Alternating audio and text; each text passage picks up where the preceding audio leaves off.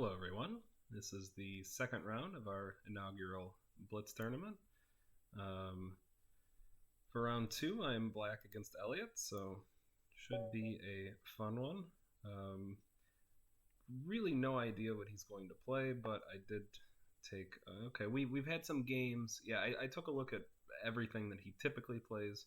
We've had some games in this reverse Sicilian line, so let's jump down here again. And I expect a pretty strong defense from him, so I am going to play this pretty conservatively, even though I have played what is a pretty aggressive opening. So knight f6, just preparing pawn to d5. I, of course, expect a fianchetto at some point. So we'll start with this. And then after bishop g2, we'll play knight to b6. Does a couple things. It just saves our knight, of course. No, Elliott. No. No.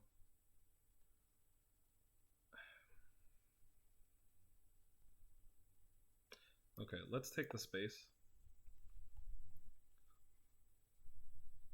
Okay, so when you're playing white, you should get space for your pieces. That's really all there is to it.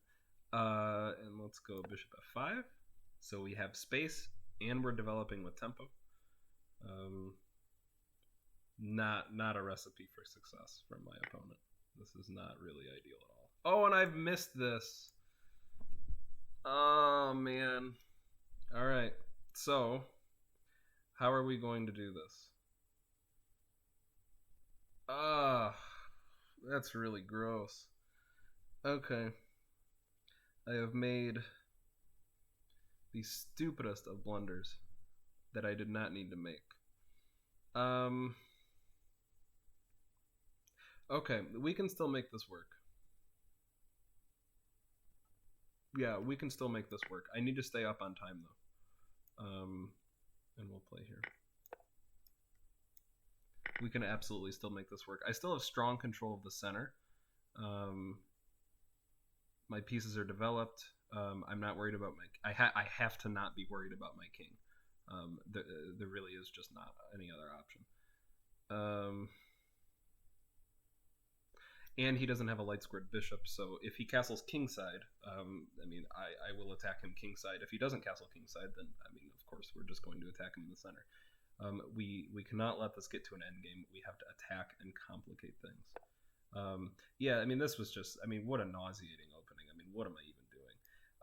Okay, so let's... I don't think I want to guard it with the bishop. Let's guard it with this.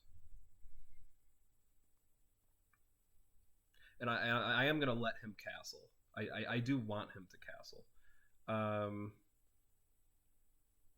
Okay, maybe not so much now.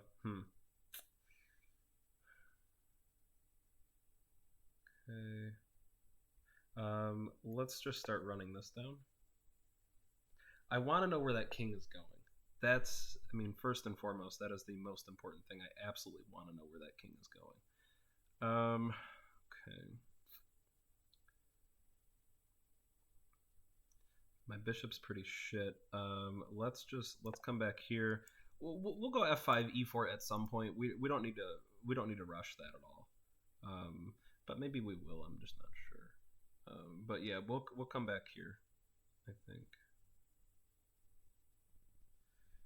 Yeah, maybe f5, e4 is really the only way to play here. Okay, and we can open this up. That's fine. Let's open this up. Let's see what we have here.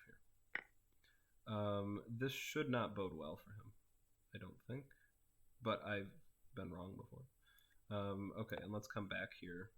And we'll look to exploit this pin. Let's see what we can really get here. I think he actually needs to castle now. I think this is pretty troublesome if he doesn't.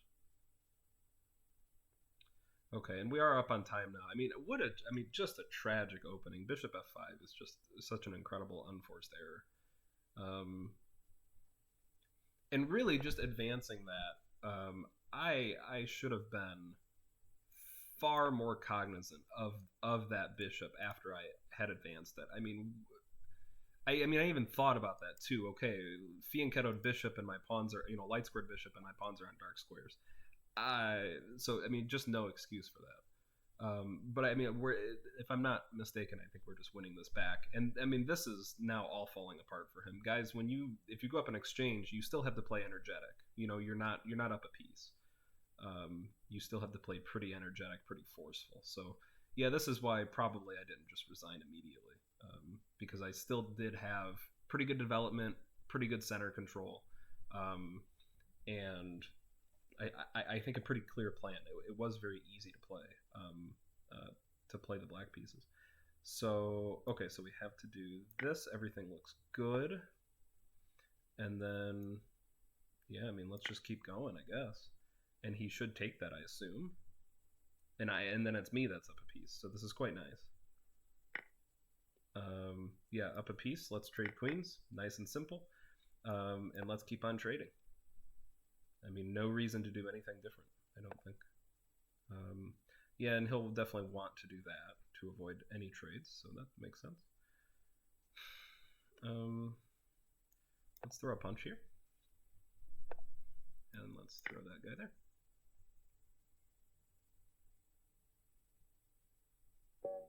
Okay. Wow. Incredibly lucky. Just so incredibly lucky here. So, he tried to get cute with me in the opening, which is probably a good idea. I have been telling him to do that. Don't play mainline openings. I've been telling him to play mainstream openings. Don't stray, because when Elliott tends to stray, he tends to play stuff like c6 as black, and then after like knight c3, he'll play e6. Then it's just, by the time you push d5, you're either getting a French where you have to play c6 and then c5, or you're getting a Karrotspls where your bishop's not on the outside of your pawn chain. So there's you can play offbeat openings, but certainly don't play inferior openings. And I think that's what he did here.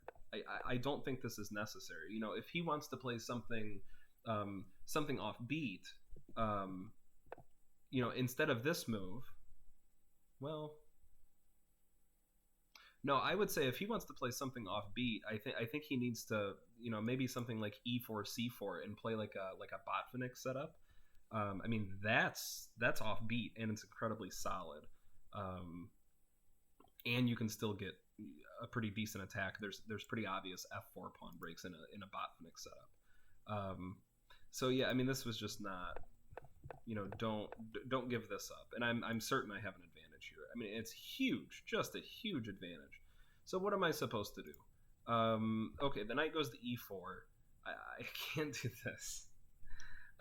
It looks pretty, but yeah, absolutely cannot do that. I thought about just doing something like this, but I'm sure after taking I have this. I'm sure this is totally fine. And the only thing that I guess is a potential cause for concern is I don't have a knight here now, and I've just opened up a diagonal to my king, but probably it's okay. If bishop d5, then we just kick it out, and we're fine. How do we like that? Yeah, that's, I mean, just really straightforward here. So probably that should have went down, and nothing like this. And I have to take with the pawn. I don't think there's any other option. I have to take with the pawn. I have to. We'll call it an exchange sacrifice, but if anyone watches the video, it's no. Okay, so we have to treat it as an exchange sacrifice, and this is not too bad of an exchange sacrifice. It flirted with equal there, and it's kind of going back to equal. I mean, you have to find f3, which is not a hard move to find, but it's a hard move to play. So I did not hate my position here. I was at least not very far off with that. I'll go back to that in a second, because I do want to kind of see what the computer has to say about it. Okay, so after knight f3, yeah, I think I like c5. I was toying between c5 and bishop c5. I could go either way on it. Yeah, I could really go either way on it. I'm just not sure. But okay. And then, yeah, d3 is a solid move. He knows I want to push this, so that makes sense. Yeah, he can't really allow that. Okay, and then yeah, h5, h4. Yeah, I don't really have any other play after he plays h4, so I feel like this is a pretty sensible move. I mean, any play that I think I might have on the G file, I'm just pretending there. Like I'm just trying to force him to react. But Bishop G6, I think this is pretty reasonable, and it doesn't look like there's a very easy way for him to stop this. Looks very uncomfortable to deal with. I think after Bishop G6, I think he needs to castle. I think castling works out fine. I think he can hold.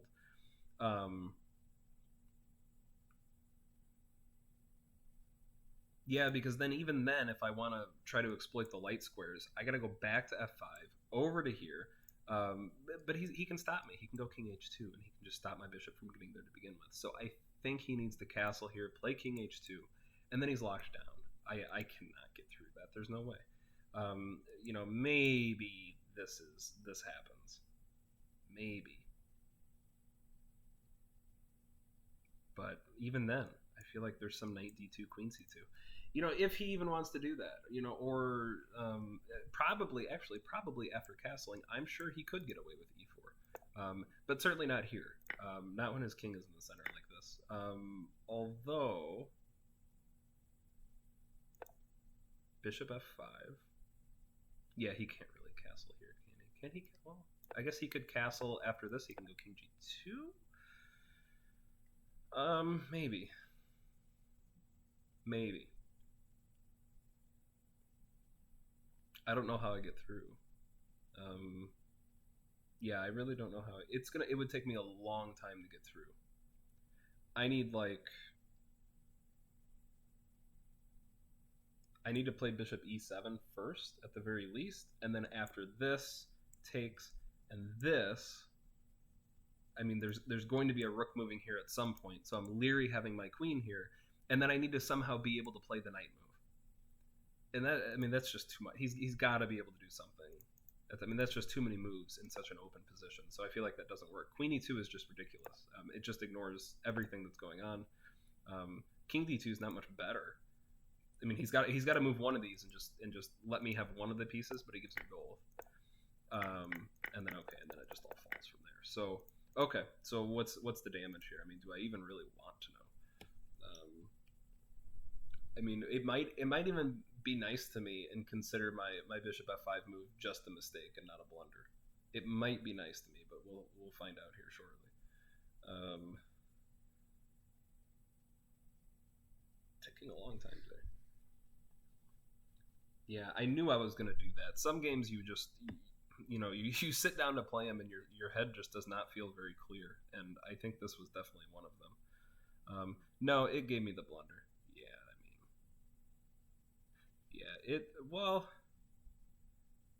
Wait, c5.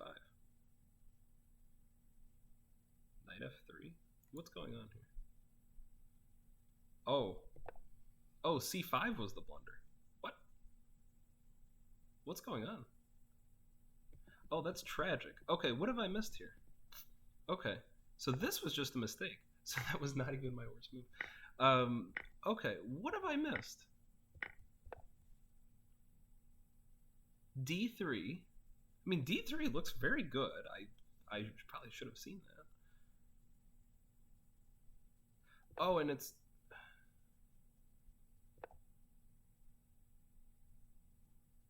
What am I missing? I know that d3 is a very good move. I guess it just forces the win of the knight. It has to. That's the only way I have such an incredible advantage, being down in exchange. So I must just be picking up the knight for free after d3. It makes sense. There's not really any other... There's not a defense. Yeah, d3 is a very nice move. That's very smooth. Castles. Takes. Bishop g4.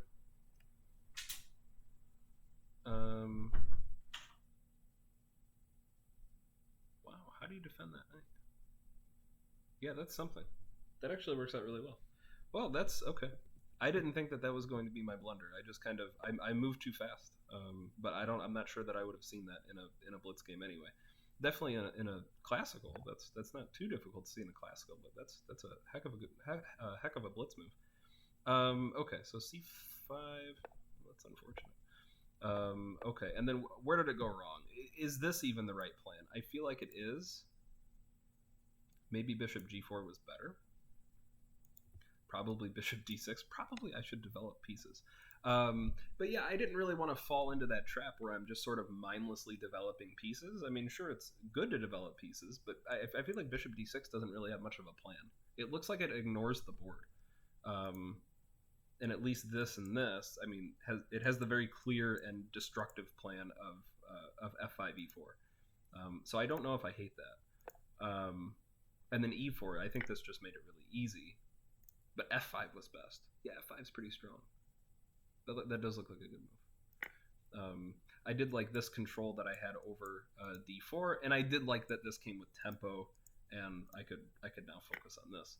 But yeah, and it does like bishop f5, and queen e2 is totally ridiculous, but it does say castling. That makes sense. And then bishop g4, what, king g2? Yeah, that's what I figured. Yeah, that looks to be about right. And yeah, this makes sense. Black's better, but maybe white's holding. Maybe white's not holding. -2. Yeah, maybe white's not holding. I don't know. It does look like a very uncomfortable position. Oh, yeah. I don't need to do all this stuff. I mean, just f5 e4 is good because it's pinned to the queen too. Yeah. So we're foggy today, but that's okay. All right. So we got out of there. A pretty lucky win. I figured it'd be a good one against Elliott. I think that opening though definitely needs some work. You're pretty much never giving your opponent, whether you're playing a king pawn opening or you're playing like a Sicilian or reverse Sicilian. If your opponent plays the d pawn break, you take it, and that's really the only way to play these openings. Otherwise, you're just giving your opponent too much space. And what did it say? Is this is right? Okay, yeah. You pretty much always want to just keep on pushing along and taking the space. The extra pawn is worthless. It's not even really an extra pawn. They can win it right back. On the next move with queen a4 check if they really want to, but